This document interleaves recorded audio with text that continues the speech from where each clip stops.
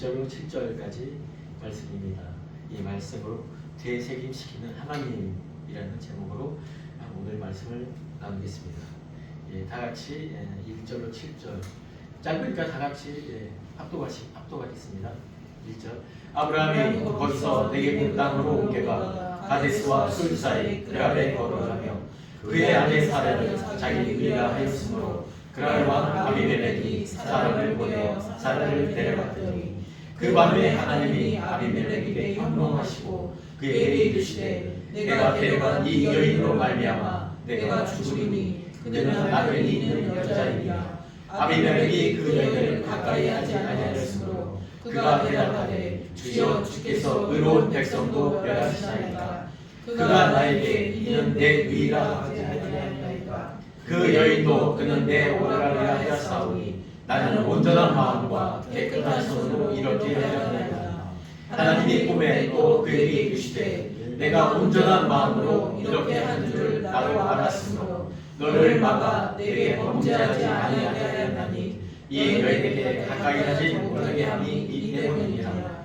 이제 그 사람의 아내를 돌려보내라. 그는 선지자라. 그가 너를 위하여 기도하리니 내가 살려니와 내가 돌려보내지 아니하며 너와 내게 속한 자가 다 반드시 죽을 줄 알지니라. 아멘.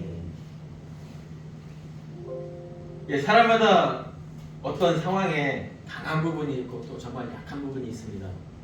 정말 어떤 약한 부분이 한번 드러나면은 그것이 또 반복되어서 나타나기도 합니다. 어떻게 보면 사탄은 우리의 그 약한 부분을 교묘히 침투하여 우리의 믿음을 연약하게 하려고 하는 것입니다. 특별히 우리에게 있는 이 약한 부분, 이는 믿음의 이 신앙의 연륜이 정말 오래되었건 그렇지 않았건 모두에게 나타나는 아주 공통점입니다. 우리 자신의 기재, 또한 성격, 또한 우리 살아온 이 방식으로부터 오는 이 약점으로부터 아무도 자유로울 수는 없습니다. 오늘 이 믿음의 조상이라고 하는 이 아브라함의 신앙의 여정에도 이 약한 부분이 드러나는데요. 이 본문은 정말 우리가 이전에 12장에서 보았던 그 말씀과도 비슷한 내용입니다. 2절에 그 아내의 사례를 자기 누이라고 속였던 것이죠. 이 변명, 이 거짓말 이후에 정말 겪어야 그 사라와 또한 아브라함 자신의 그 이후의 문제는 아랑곳하지 아니하고 오직 자신의 지금 생명의 유업을 받는 생명의 유업부터 자기를 보존받고자 하는 이 변명, 이 거짓말. 오늘 본문은 이 아브라함의 선택 이후에 어떠한 일이 생겼는지 정말 전체적으로 이 내용을 전개하고 있습니다. 우리 모두에게는 분명히 약점이 있습니다. 고대 정말 무한한 시대에는 정말 생명을 위협을 받을 수 있는 그런 위협도 많았죠. 그러나 지금은 그렇지는 않습니다. 그러나 오히려 우리에게 정말 더 자극적으로 더 이 정신적으로 우리의 마음을 침투하는 그런 것들이 정말 너무나 많죠. 정말 세상의 여러 가지 일들을 예전에는 접할 수 없었는데 우리는 쉽게 핸드폰이라는 이 문화 하나, 이 유튜브라는 거 이거 하나에서 정 우리는 너무나 많은 것을 접합니다. 그러면서 남과 나를 비교하게 되고 정말 이런 사람은 이렇게 마음대로 살아도 이런 영광을 누리는데 나는 왜 이런가 라는 그런 비교에 대한 마음으로 상실감에 빠질 수도 있는 것이죠. 과거의 상처로부터 생긴 것, 그리고 열등감, 피해의식, 그리고 죄의식과 이기적인 것은 우리에게 항상 모든 사람에게 침투합니다. 특별히 우리 신앙인들에게는요, 처음 정말 하나님의 말씀을 듣고 정말 하나님의 백성이 되었을 때 오는 여러 가지 변화, 정말 남들의 이모 이런 것들에서 정말 내가 이 길이 맞는 것인가, 내가 정말 하나님을 선택했는데 이것이 정말 괜찮은 것일까, 나에게 정말 현실적으로 불리하고 불안한 것들이 이제 많이 있네 라는 이런 갈등도 겪을 수 있습니다. 또한 그것들을 견디고 이겨내서 내가 신앙인으로서 예배자로서 자리를 잡았을 때, 그리고 하나님께 기도함으로 좀 하나님의 응답을 받으며 하나님의 성령의 체험을 했을 때, 그 이후에는 정말 놀라운 일들이 있을 것 같거든요. 정말 하나님 내가 기도하면 정말 기도한 대로 내가 응답 받을 수 있는 것 같으며, 정말 내 주위에 정말 사람들이 믿음의 길로 들어서고 나를 통하여서 정말 하나님의 나라가 번성될 것 같은 그런 일이 있을 것 같은데 현실은 그렇지 않거든요. 오히려 그렇지 않고 오히려 정말 받아내는 일들이 생겨날 때 우리는 실망과 좌절감이 생길 수가 있습니다. 이것이 믿음의 길을 걷는 우리에게 주기적으로 어떤 때는 1년에 한 번씩, 어떤 때는 2, 3년에 한 번씩 우리를 힘들게 할 때가 있습니다. 그런 하나님이 여전히 우리의 참 사랑, 정말 우리를 사랑하시는 아들을 주기까지 사랑하는 그 사랑을 우리와 함께 계신다는 거예요. 임마누엘 그 하나님을 우리는 느끼지 못할 그때에도 하나님이 여전히 우리와 함께 하신다는 것을 우리는 결코 잊어서는 안 됩니다. 두려움이 올 때 연약해지고요. 연약함이 올 때 우리는 의심이 생기고 나아가서는 이 불신앙까지 나옵니다. 이 죄의식과 나약함, 이 약점이 나를 괴롭힐 때 우리는 과감히 주님 앞에 나와야 됩니다. 내 앞에 어두움이, 내 앞에 정말 어려움들이 몰려올 때요, 우리는 실망과 좌절하기보다 우리는 하나님 앞에 나올 수 있는 특권이 있는 것입니다. 로마서 8장에 이렇게 기록하고 있습니다. 누가 능히 하나님께서 택하신 자들을 고발하리요, 의롭다 하시는 하나님이십니다. 그렇습니다. 우리는 때로는 남들과 똑같이 범죄할 수가 있어요. 우리는 때로는 정말 이 마음적으로 약해질 때가 있습니다. 때로는 우리가 가서는 안 될 곳에 갈 수가 있습니다. 왜? 우리가 나약한 걸요. 우리가 완전하지 않은 걸요. 그렇다고 그것이 정당하다는 것은 절대로 아닙니다. 우리를 그럼에도 불구하고 우리를 위해서 간구하시는 분이 있습니다. 주는 하나님 우편에 계신 자요, 우리를 위하여 간구하시는 자니라. 하나님이 왜 우리를 하나님 우편에서 간구하실까요? 우리가 범죄에 빠져 있을 때, 하나님을 버리고 하나님을 배신하고 우리가 왜 죄의 길에 있을 때 하나님은 그래도 우리를 간구하시고 우리를 위하여 변호하실까요? 왜? 우리가 다시 하나님 앞에 나오기를 바라는, 회복하기를 원하는 그 마음이 큰 것입니다. 하나님이 주신 그 이 믿음은 하나님의 피값으로 하신 그 생명입니다. 하나님은 그 생명을 결코 포기하지 않으십니다. 지금 내가 어려움에, 내가 지금 어떤 시험에 있다 할 때 기억하십시오. 하나님을 바라볼 때, 하나님 앞에 나올 때 우리의 승리는, 우리의 회복은 분명히 일어날 것입니다. 왜? 재판하시는 하나님이 우리를 의롭다 인정해 주시고요. 그 옆에서 변호하시는 우리 주 예수님이 우리를 변호하시고 우리를 끝까지 기도로 간구하신다. 오늘 20장은요, 믿음의 조상 아브라함의 연약함, 두려움 가운데 하나님의 역사하심, 하나님의 일하심을 전개하고 있습니다. 오늘 본문 내용은 12장 10절 이후의 사건의 반복 같아 보이지만은 되돌아보는 계기입니다. 하나님의 부르심의, 그리고 하나님의 언약의 확증을 읽는 독자로 하여금 우리에게 깨닫게 해주는 메시지인 것입니다. 한번 12장을 잠깐 살펴볼까요? 베델에 제단을 쌓고 여호와의 이름을 부르더니 점점 더 남방으로 이동할 때 기근이 찾아옵니다. 그 기근으로 애굽에 거류하고 애굽으로 내려갑니다. 그러나 거기서도 아내 사라를 네 동생이라고 속임으로 바로의 궁으로 넘겨졌던 사라의 사건과 아주 유사합니다. 오늘 이 10장의 1절과 2절 내용이 정말 10장의 사건을 설명한 것처럼 아주 비슷합니다. 정말 오늘 이 내용은 뭐냐면, 아브라함이 정말 이전에 그 헤브론에서 거하면서 뭐까지 겪었냐면요, 소돔과 고모라의 그 멸망의 사건까지 눈으로 봅니다. 또한 그 멸망 사건 이전에 아브라함은 하나님께 중보 기도까지 하였던 자입니다. 그러나 어떤 상황에 있었는지 몰라도 그 헤브론에서 남방쪽 네겝으로 옮깁니다. 유목생활하니까 옮길 수가 있어요. 어디까지 옮겼는지는 사실 모릅니다. 정말 가데수 술 사이 그랄이라고 했으니까요. 아무래도 그 남방 이집트 애굽의 강이 흐르고 있는 그 근처까지 갔다가 다시 어떤 계기에서 돌아온 것입니다. 그러나 가데스 술 사이에 그랄에 거류하였다고 했으니까요, 단지 유목 생활을 통해서 이 목초지를 찾아가서 이동한 것뿐만이 아니라 베이스 캠프를 헤브론에서 이 그랄로 옮기게 되었던 것입니다. 23장에 사라가 죽습니다. 사라의 장사지로 헤브론의 막벨라구르를 사는데요, 바로 헷 족속으로부터 삽니다. 헷 족속 에글론으로부터 사는데요, 그렇다면 요 사이가 1년밖에 안 되는 거는요, 분명히 헤브론, 막벨라의 아모리 족속들이 거주하고 있었거든요. 헷 족속의 침입으로 인하여서 어쩔 수 없이 마므레의 형제들도 다른 데로 쫓겨나고, 또 거기서부터 안전을 위해서 아브라함도 남방으로 이동할 수밖에 없었던 것입니다.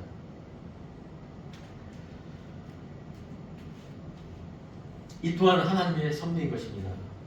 우리는 항상 하나님의 품 안에서 하나님의 말씀 안에 거해야 되지만 거기서 머물러서는 안 된다는 것입니다. 하나님, 우리를 하나님의 백성을 하나님의 자녀로 부르신 것은 이 땅에 하나님의 나라가 우리를 통하여서 세상의 이 어두움에 빛과 소금이 되는 삶을 우리가 실천해 나가는 그런 의무도, 그런 직분도 받을 것입니다. 12장 3절 약속처럼 이렇게 기록되고 있습니다. 모든 족속에게 축복의 통로로서의 역할을 감당하도록 축복의 통로로 아브라함을 세우셨습니다. 아브라함을 여행자로, 순례자로, 믿음의 순례자로, 믿음의 말씀을 전파하는 순례자로 세우신 것입니다. 13장 14절에 이렇게 기록합니다. 여호와께서 아브라함에게 이르시기를 너희는 곧 북쪽과 남쪽 그리고 서쪽과 동쪽 이 모든 것을 보라. 이것을 너의 자손에게 주리라. 너의 자손에게 영원히 멸망하지 이 나라의 자손, 결국 이 하나님의 나라라는 것입니다. 이 이스라엘, 그 하나님이 정하신 그 땅, 가나안 땅을 하나님의 나라로 확장시키듯이 하나님은 지금 이 시기에도, 이 신약의 시대를 살고 있는 우리에게도 우리의 이웃과 우리의 공동체에 하나님의 나라가 전파되기를 원하시는 것입니다. 그랄 사건과 애굽 사건의 공통점은 약속을 받은 아브라함, 약속의 징표까지 받은 이 아브라함의 정말 진실을 왜곡한 거짓말, 그로 인하여서 정말 언약의 상실 위기까지 가게 되는 것. 그러나 그 가운데서 하나님의 개입하심으로써 이 모든 것을 회복시킨다는 것, 이 공통점의 내용이 있는 것입니다. 이것은 반드시 하나님께서 이루시겠다는 것입니다. 그 언약의 당사자를 또한 지키시고 그 삶에 직접적으로 개입을 하고 계십니다. 그렇기 때문에 우리가 지금 어느 때에 우리가 정말 넘어져서 힘들어할 때 우리가 좌절할 필요가 없는 것입니다. 왜? 그 순간까지도, 그 내 모습까지도 하나님은 함께 하고 계시는 거예요. 우리가 하나님을 바라보고 하나님을 놓지 않아야 될 분명한 이유인 것입니다. 여러분, 지금 어떤 어려운 문제가 나를 힘들게 하고 있습니까? 예배에 방해되는 무엇이 있습니까? 하나님의 백성으로서의 삶에 문제되는 것이 있습니까? 오히려 그 삶에 매이지 마십시오. 그것으로 인한 두려움에 갇히지 마십시오. 그냥 내려놓고요, 하나님을 바라보십시오. 그때 하나님의 개입하시는 역사가 일어날 것입니다. 창세기 41장을 건너뛰어서 보면요, 바로 이 요셉의 애굽에 가서 바로공으로 입성하는 그 결정적인 계기가 있는데요. 바로 뭐냐면 7년 풍년 이후에 7년 흉년, 그 메시지를 갖고 있는 그 꿈을 해석하는 것입니다. 바로가 꾼 꿈, 7년 풍년 이후에 7년 흉년이 와서 정말 그 모든 나라가 기근으로 멸망할 거라는 그 꿈, 반복해서 꾼 그 두 꿈은 하나님이 이 꿈 한 가지이며, 이 꿈이 거듭되는 것은 하나님이 이 일을 정하시고 또한 반드시 이루시겠다고 요셉은 고백합니다. 땅과 자손을 약속받은 아브라함이 아내를 잃는 이 사건은 아브라함의 언약의 중대한 1차적 상실입니다. 거짓의 아비 사탄은 아브라함을 두려움에 사로잡게 합니다. 생명의 위협을 느끼게 합니다. 이때 아브라함은 하나님 앞에 나오기보다는 자기의 생명을 보존하려는 최고의 방법으로 자신의 경험과 그때 당시에 일어났던 문화적인 관습, 그 가운데서 진실을 왜곡한 거짓말로 자기의 위기를 모면하는 것입니다. 아무리 사라가 이복 누이 동생을 이었다 할지라도 현실의 지금에서는 아내이며, 아내인 것을 더욱더 확실히 증언하는 것은 하나님이 너의 이 아내 사라를 통하여 언약의 손이 태어날 것이라는 것입니다. 그 누가 뭐래도 하나님은 아브라함 너에게는 사라가 너의 진정한 아내라는 것을 선포하고 계셨기 때문입니다. 이것은 그 어떤 것으로도 변경될 수 없는 사실인 것입니다. 그러나 그 거짓은 아내를 잃게 되며 스스로 해결할 수 없는 지경에 이릅니다. 똑같이 해결할 수 없는 아브라함은 손 놓고 있을 수밖에 없는 그 순간 정말 하나님 앞에 정말 실망하고 있을 그 순간 하나님께서 해결하고 계십니다. 세상의 죄, 그 사탄의 거짓으로부터 온 사망에서 구원하시려고 하나님의 첫 번째 계획은요, 그리스도를 이 땅에 오게 하시는 것입니다.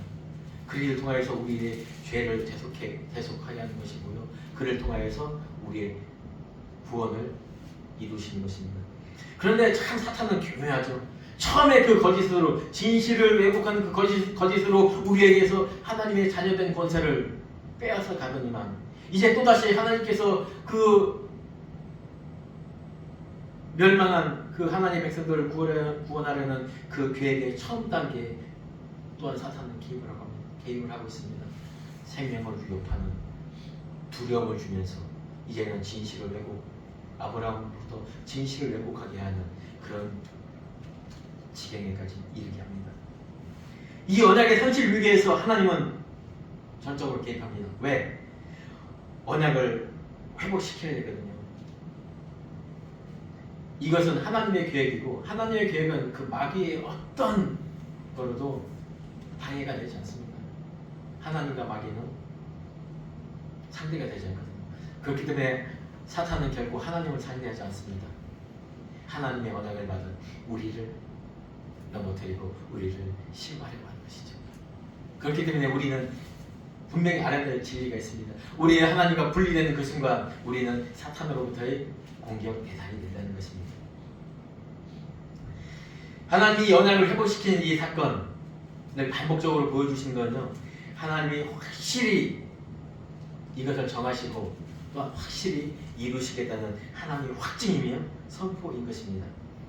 이 두 번째 사건 장소가 이 그랄인데요, 이 그랄의 의미가 무엇인가면요, 이 기본적으로 이 히브리어 사전 1641번에 보면 이 가라르라고 기본어로 되어 있는데요, 질질 좀 끈다, 연기하다 이런 뜻이 있는데요, 되새김질을 하도록 다시 또 꺼낸다는 거예요.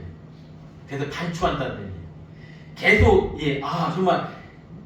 정말 절체절명의 위기에서 나를 구원하시는 분은 하나님이구나. 정말 하나님의 이 언약을 받은 내가 이 하나님의 언약을 잃어버렸지만은, 내 실수로 버렸지만 하나님께서는 회복시키고 이루시는구나. 이것을 계속 되새김질 시키신다는 겁니다. 아브라함에게 다시 한번 되새기게 하는 것이며, 특히 출애굽한 이 백성들에게 계속적으로 너희는 하나님의 백성이라는 것을 계속적으로 이 마음속에 심어주기 위해서 이 모세는 이 글을 쓰게 된 것입니다. 물론 구약의 모든 계시를 본 이 현 시대 우리는 더 확실하게 우리에게 와닿는 메시지이죠. 12장에서 바로 사건 이후에 15장에서 횃불 언약으로 자손의 언약을 확실히 약속합니다. 이것처럼 오늘 이 사라를 빼앗긴, 아내를 빼앗겼던 이 사건 이후에 바로 이삭이 태어납니다. 그리고 이 횃불 언약 이후에 정말 뜻하지 않게 사라가 그런 말을 합니다. 여보, 내 몸종 하나를 통해서 이스라엘을 낳게 하지. 근데 이 자식을 낳게 하지. 근데 그 하갈이 임신을 하니까 어떻게 됐죠? 사라를 핍박합니다. 모독합니다. 결국 아브라함과 사라는 그 하갈을 쫓아냅니다. 결국 애굽 땅으로 도망가던 그 하갈은 오늘 나오는 가데스 가는 길 술 사이에서, 술샘 브렐라 회로에서 하나님을 만납니다. 그리고 다시 주인의 품에 올라가죠. 오늘 사건도 마찬가지입니다.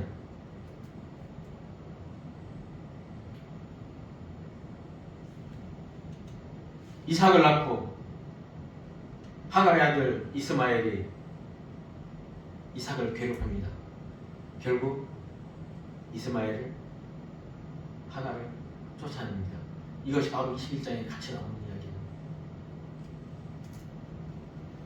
그리고 그때는 하갈이 쫓겨나서 이 술 사이에서 부엘과 헤로에서 하나님을 만났지만은 오늘은 아브라함이 정말 피시나에서 정말 저 광야로 내려가다가 이 술 사이에서 하나님을 만나고 다시 가나안 땅 그랄로 오게 되는 이 사건입니다. 정말 교묘하게 하나님은 우리는 이 말씀을 듣고 있고 깨닫는 걸로 느끼지만은 정말 이 삶을 반복한 이 아브라함은 정말 아주 끔찍하게 깨달았을 것입니다. 정말 하나님이 없어서는 안 된다는 것, 하나님은 내 생명보다도 더 중요하다는 것, 그렇기 때문에 이삭을 바칠 수 있었던 거예요. 22장에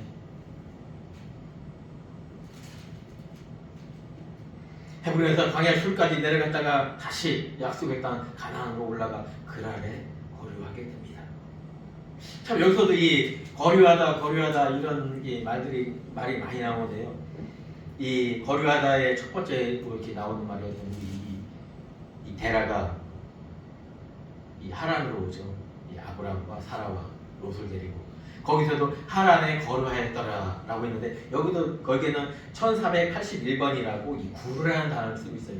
이건 이 3427이라고 아슈샤브라는 이 단어를 쓰고 있는데 이건 뭐냐면 내가 아무런 위험 없이 그냥 내가 어디 가서 정착하여 내 삶을 편안하게 살고 있다는 것입니다. 이것과 똑같은 단어가 어디 쓰이냐면 이 소돔성에서 롯이 소돔성에 앉아있더라 이 말과 똑같은 단어를 쓰고 있어요. 롯이 소돔 근처로 가다가 결국 소돔에서 완전히 정착했다는 그 말이죠. 근데 12장에서 이 아브라함이 애굽에 머물러 갈 때 거류하였더라 여기 있다는 단어를 이 구루라는 단어를 쓰고 있는데요. 뭐냐면 내가 두려움을 피해서 내가 거기 있지만은 두려움에 떨고지고 있다는 거예요. 아주 움츠리고 그 어떤 적대감으로 나를 누가 해치면 어떡하지 이런 그런 두려움으로 잠시 피신해 있는 어떤 그런 삶을 살고 있다는 것, 삶의 상태라는 거예요. 이 애굽으로 내려갔을 때 바로 애굽에 내려가서 바로의 궁 쪽에 살았을 때는 그러나 오늘은 이 그랄에 머물렀다라는 이 머물렀다는 거류했다는 이 단어에 두 단어를 또 똑같이 쓰고 있어요. 1481번 단어하고 3421번 단어를 그냥 같이 한 묶음으로 쓰고 있어요. 이 아슈샤브와 구루라는 단어를. 처음에는 두려움으로 정말 피신해서 다니는 그 상태로 떠났지만은 결국 하나님께서 거기에 아슈샤브 머무르게 하는 편안한 상태로 만들어줬다는 거예요. 그래서 결국 이 아비멜렉이 아브람을 쫓아내지 않습니다. 네가 살고 싶은 이 땅에서 머무르라고 합니다. 아주 획기적인 것이죠. 자기한테 거짓말을 쳐서 자기네 집에 모든 태가 다칠 만큼 또한 아비멜렉 자신에게는 가까이 하지 못하겠다는데 이 단어는 나가와 내게라고 바로가 사라를 손대려고 할 때 나타나던 재앙 반정입니다. 반정.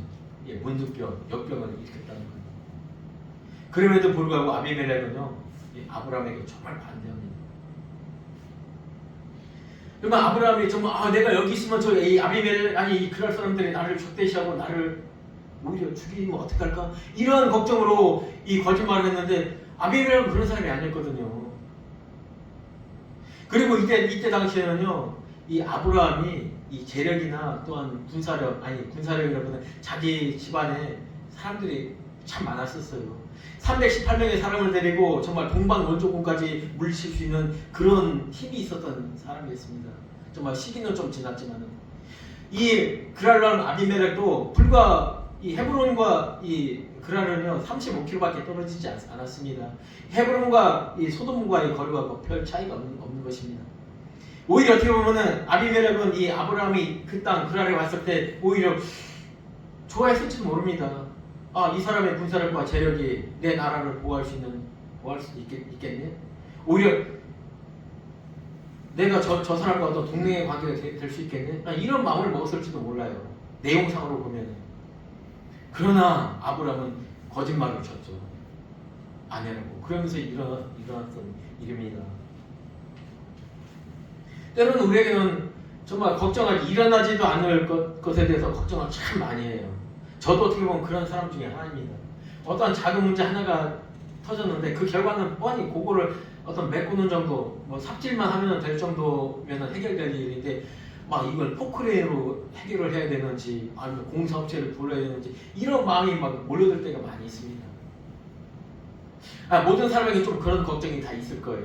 그러나 유독 저는 그 점에서 좀 약합니다. 어떤 작은 문제가 일어나면 그거에 대한 조급함이 있고 저 눈앞에 어떤 바로 해결이 되지 않으면 그 일이 막 눈덩이처럼 불어나서 이걸 내가 해결 못하겠네 하면서 하나님을 찾기보다는 자포자기하는 그 상태까지 가는 적들이 있었습니다. 이 아브라함이 그랬던 것 같습니다. 우리가 한순간에 이 약한 부분이 오면요, 우리는 하나님을 찾기보다는 자꾸 우리의 방법, 또 숨으려고 하는, 도망가려고 하는 그런 비굴함이 우리에게 있는 것 같습니다. 기억해야 될 거죠. 기억하면 됩니다. 우리가 의식적으로 어려움이 왔어? 하나님 앞으로. 내가 죄악의 길로 가려고 하고 있어? 하나님 앞으로. 이것을 공식화해야 될 것입니다.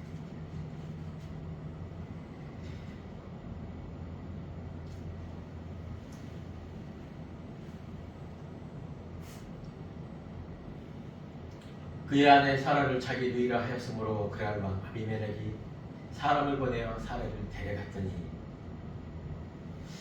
이 말씀을 보면서 저는 이 창세기 말씀이 같이 이렇게 확 마음에 떠오르더라고요. 창세기 3장 22절에 그의 손을 들어 생명나무도 따먹고 영생할까 하노라. 그러므로 에덴에서 그 사람들을 쫓아보냈더라. 이 아비멜렉이 사람을 보내어 사라를 데려갔더니 그 밤에 현몽하여 하나님이 아비멜렉에 나타났습니다. 이것만 절대로 막으시겠다는 거예요. 이 사람은 누구냐면요, 이 언약을 성취해야 될 언약의 백성 아브라함의 아내인 것입니다. 이 아내를 통해서 이 언약의 후손 이삭이 반드시 태어나야 되는 것입니다. 이 사라에게는 오직 남편 하나 아브라함만이 있어야 되는 것입니다. 그렇기 때문에 아비멜렉이 사라를 데려갔을 때 그 밤은 언젠가는 모르겠어요. 제가 이 내용상을 볼 때는 한참 후에인 것 같습니다. 한참 후에. 그 안으로 들어가는 그 침실에 들어가는 그때 하나님께서 나타나시면 절대 막으시는 거죠. 오직 그 남편은 아브라함 한 사람인 것입니다. 창세기 3장 20절에 그 선악과를 따먹어서 선악을 알게 하는 그 지식, 죄악에 빠져있는 그 아담이 손을 들어 생명나무 열매를 따먹으면 결코 되지 않는 것입니다. 왜? 죄악을 가진 이 아담은 그 생명나무를 따먹어서 안 되거든요. 그 생명나무를 취할 그 생명의 근본은 누구죠? 두 번째 온전한 사람, 그리스도인 것입니다. 그리스도가 그 생명의 나무를 취하고 그 영상을 우리에게 내려줘야 되는 것입니다. 아비멜렉 입장에서는 사라가 남편 없는 여자라고 이야기했으므로 첩으로 혹은 아내로든 데려가든 아무런 당시 윤리 문화적으로 아무런 하자가 없었습니다. 그러나 사라가 누굽니까? 언약의 우선, 생명의 근원, 영생의 근원이신 예수 그를 예표하는 이삭을 출산한 아브라함의 아내인 것입니다. 결코 하나님과 언약을 맺은 아브라함의 남편 이외에는 취할 수 없는 아내인 것입니다. 오직 교회는, 오직 성도는, 오직 하나님의 백성은 예수님만이 취할 수 있는 존재인 것입니다. 우리 성도의 참된 남편 신랑은 오직 예수 그리스도라는 것입니다.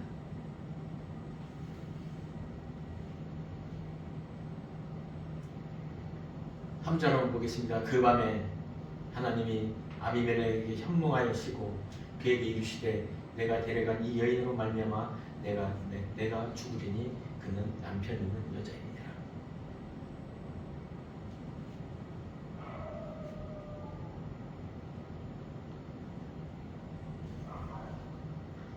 좀 전에 얘기했던 것처럼 사실 사라가 아브라함 본인의 아내였다고 하더라도 아브라함에게는 사실 큰 위협이 없었을 것입니다.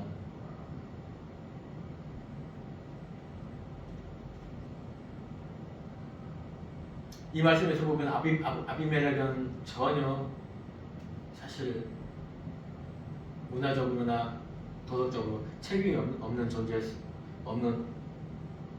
없었습니다.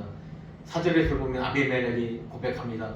내가 그 여인을 가까이 하지 아니하였으므로 아비멜렉이 현몽하신 하나님께 말하되 주여 주께서 의로운 백성도 멸하시나이까. 어떻게 보면 아브라함의 고백하죠. 이 소돔을 향한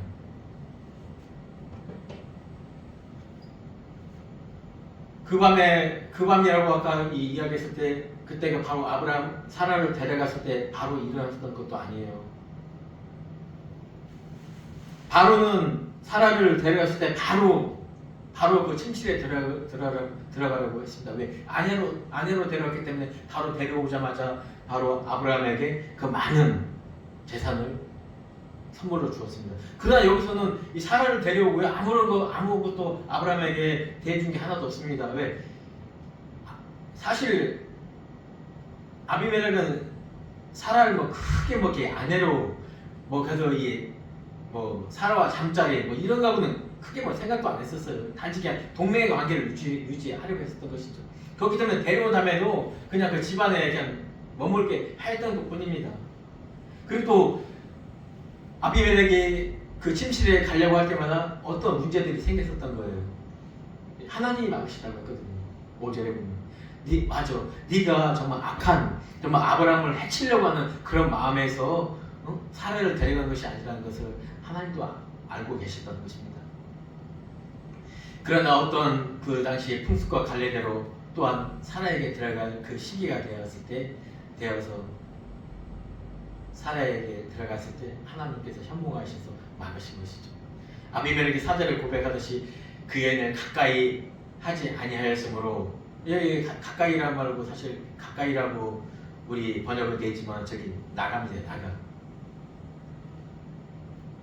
가까이 하지 않는 이유가 뭐냐, 자기 그 가까이 할 때 자기에게 몸에 반점이 생기고 역병이 생겼다는 거예요.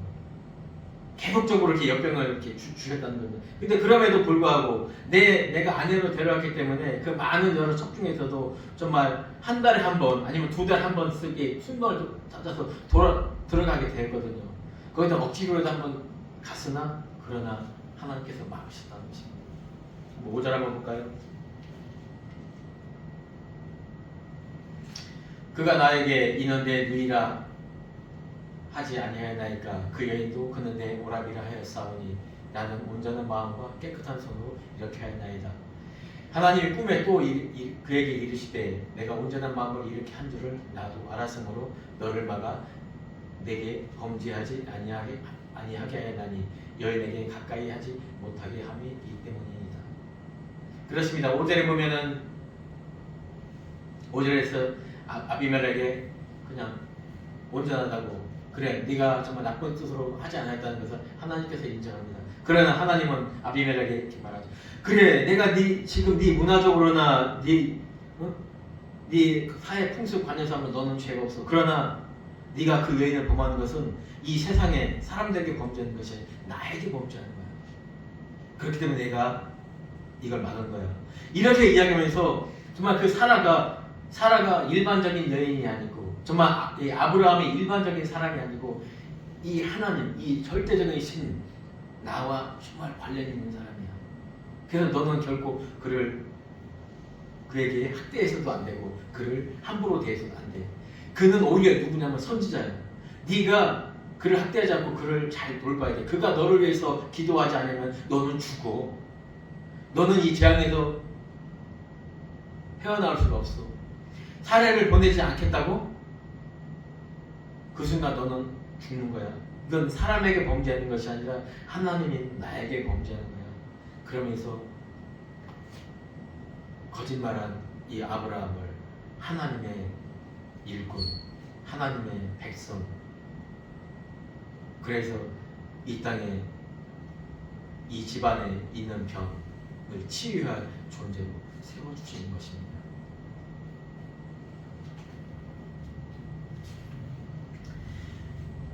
그렇습니다. 우리는 하나님의 백성이라고 하지만 온전하지 못한 약점을 가지고 있음을 우리는 인정해야 됩니다. 사탄 이 점을 교묘히 집요하게 파고들어 우리를 넘어뜨리려고 또한 시도합니다. 우리 성도는 서로 이 점을 기억하고 서로 허물을 가려주는 그런 존재인 것입니다. 24 무슨 죄졌네? 죄졌네? 왜 그렇게 왜 그렇게? 그런 지적이 아니라 우리는 그를 위하여 조용히 위로하고 기도해야 합니다. 나아가 말씀과 사랑 안에서 그를 좋은 길로 권면할 수 있도록 이끌어줘야 되는 것입니다. 우리가 서로 사랑하는 마음으로 이 점을 보완하고 기도해 줄 때 사탄의 계획은, 사탄의 교묘함은 무너지는 것입니다. 그렇습니다. 우리는 굳건히 하나님을 바라보는 믿음의 승리자가 되도록 서로 정말 진실하게 살아갑시다. 분명히 알아야 할 것은 하나님은 우리의 어려움을 통해 무언가 깨닫게 하시려는 것들이 많이 있습니다. 우리의 때로는 교만, 우리의 불평, 우리의 나약함, 그것을 통해 하나님의 은혜를 깨닫게 하실 때가 있습니다. 어려움을 통해 우리를 멸망시키려고 하는 것이 하나님의 근본 목적이 아닙니다.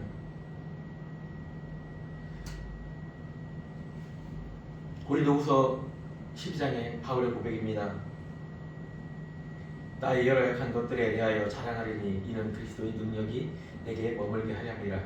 그러므로 내가 그리스도를 위하여 약한 것들과 능력과 궁핍과 박해와 공고를 기뻐하노니 이는 내가 약한 그때 강함이라. 그렇습니다. 하나님 우리를 약함에 우리를 내버려 두신 건 그것은 하나님 우리를 멸망시키려고 하는 것이 아니라 우리를 괴롭게 하려고 하는 것이 아니라 그 가운데 하나님의 은혜를 깨닫게 하는 하나님의 섭리인 것입니다. 우리가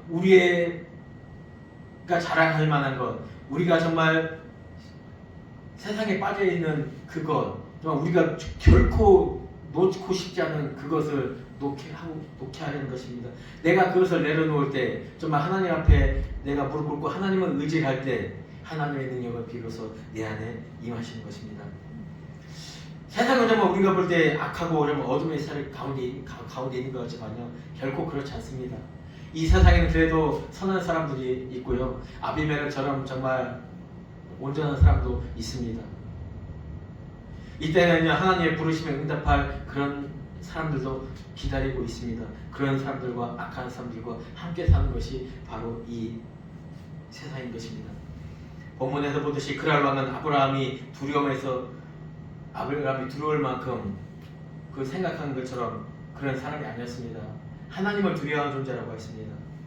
또 아브라함이 생각하는 자신의 생명을 위협받는 상황도 아니었습니다. 세상의 경험, 문화 속에 스스로 만든 자부책이 오히려 어려움에 빠뜨린 것입니다. 그럼에도 불구하고 하나님은 하나님의 선하신 계획을 반드시 이루어 가십니다. 성교의 최고의 목적이 무엇입니까? 하나님 나라에 임하십니다. 천국이 임하였다는 말씀처럼 천국은 우리 스스로가 갈 수 있는 것은 결코 아닙니다. 하나님 나라가 우리에게 임하는 것입니다. 우리가 하나님을 소망하고 삶의 환란 속에서 나의 약한 가운데서 주님을 붙들 때 하나님은 함께 하십니다. 그리하여 우리를 세상을 치유하는 하나님의 백성, 세상에 하나님의 말씀을 전파하는 선지자로 우리를 세우실 것입니다. 세상에 하나님의 나라를 확장하는 도구로 우리를 부르실 것입니다. 이 말씀 의지하여서 하나님을 기쁘시게 하는 삶을 살아내는 행복한 교회의 모든 성도님 되기를 주님의 이름으로 소망하며 기도합니다. 아멘. 이 시간은 오늘 말씀을 생각하면서 정말 나의 약함 하나님 앞에 내려놓으십시오.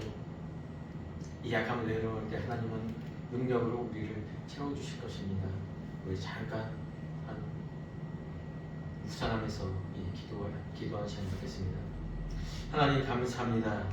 정말 우리의 나약함 가운데서도 하나님 우리의 삶에 개입하여서 우리를 버려두지 아니하시고 하나님의 계획하시는 그 계획, 그 언약을 반드시 이루어 가심을 우리가 오늘 말씀을 통해서 깨달았습니다. 하나님 지금 내가 괴롭습니다. 정말 내가 현실하신 이 문제가 나를 정말 망하게 하는 길로 이끄는 것 같기도 합니다. 그래 때로는 좌절하고 싶고 정말 때로는 내 삶을 내려놓고 싶을 때가 있습니다. 하나님 이럴 때 우리에게 용기를 주십시오. 하나님 앞에 나아갈 수 있는 담대함을 허락해 주십시오. 여전히 나를 사랑하시는 정말 아들 그리스도를 내어주기까지 사랑하는 그 사랑으로 나를 바라보시고 나를 인도하시고 계시는 그 하나님을 바라보게 해 주십시오. 그래야 해서 강건하게 하여서, 그래야 해서 회복하여서 정말 이 땅에 치유하는 자, 이 땅에 말씀을 선포하는 자, 그래야 해서 하나님의 나라를 확장시키는 그 하나님의 기뻐하시는 그 제자의 삶을 잘 감당할 수 있도록 주님 인도하여 주시옵소서. 먼저 작은 일부터 먼저 좀 하나님 앞에 바로 서는 일부터 할 수 있게 해 주시옵소서.